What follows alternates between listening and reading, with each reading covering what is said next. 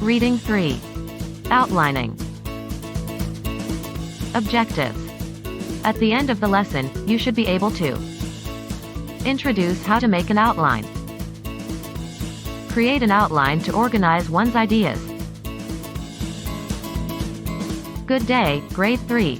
Today's lesson is all about outlining. To start our discussion, do you still remember your lesson about main topics and supporting ideas?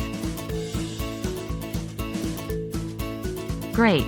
Knowing the main topic and its supporting ideas is important in outlining.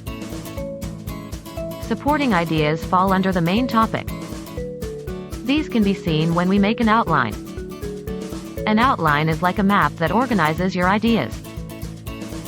An outline usually has a topic, subtopics, and details. Roman numerals, capital letters, numbers, and others are used in an outline. For example, your topic is about dry and wet seasons, and you will talk about some of the food you might eat and activities you might do during these seasons. Read and analyze the sample outline.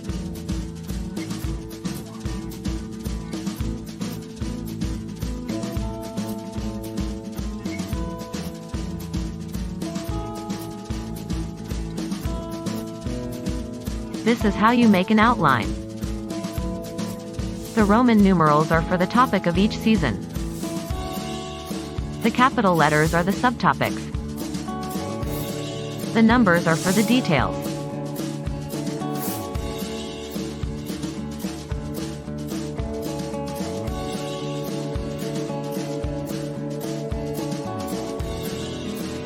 Now, it's time for some practice exercises. Read the selection, then complete the outline below by choosing the correct answer inside the cloud. John and Jack are planning to visit the Philippines. Because it is their first time staying here, help them choose the food, places, and activities that they will surely enjoy.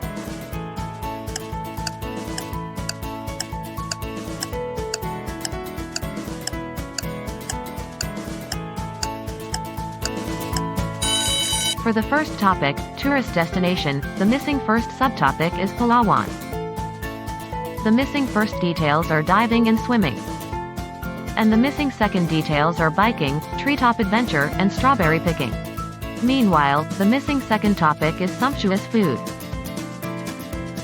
And the missing first detail is seafood marinara. The missing second subtopic is dessert. And the missing second details are spicy ice cream and salad on coconut shell. Did you get all that? Great. Until the next lesson. Goodbye.